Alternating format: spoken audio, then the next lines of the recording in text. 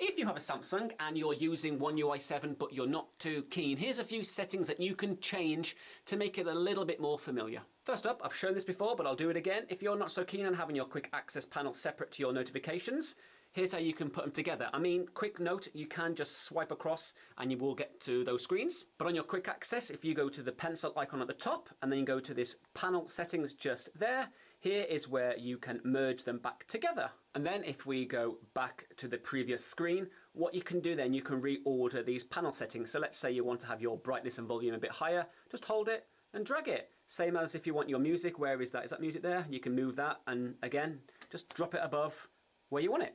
Next up, if you want the power button to be the power button and not launch Gemini, here's how you can change that. So in your settings, you're going to scroll down until you reach this advanced settings here, just there.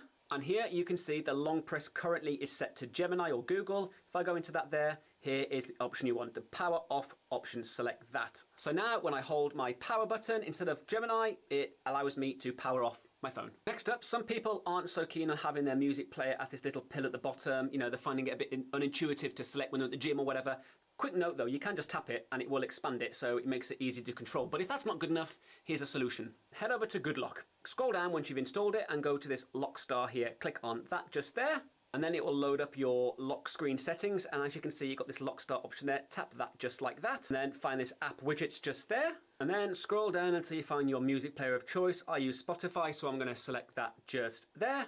Couple of options for design. Let's choose that one, and then I can click on Add Widget. And there it's appeared just there, and I can grab it and I can drag it. If I hold it down like this, I can then absolutely resize it, make it bigger, and then click on done. And now on my lock screen, I have a big old fat widget for Spotify, which I can quickly and easily skip through my songs. Now, some people are having issues with a lock screen notification. So if you go to your settings and go to notifications, then go on to lock screen notifications, and then make sure you've got this here, cards. So when you get a notification, it won't just pop up with a little icon. It will actually give you the card and the name of the person and some of the message. Now, another issue that I've seen some people having is muting the phone and the volume. But you know, I don't really see the problem. It's just pretty simple. There you go, swipe down twice, and then just click on the icon there. Mute your phone. Now, there is another way to do that, is if you click on the volume down button, just like there, click on the three dots, and instantly you can go into this menu here, click on the, you know, the icon just there, and it mutes them just like that. Pretty simple, pretty quick, pretty easy.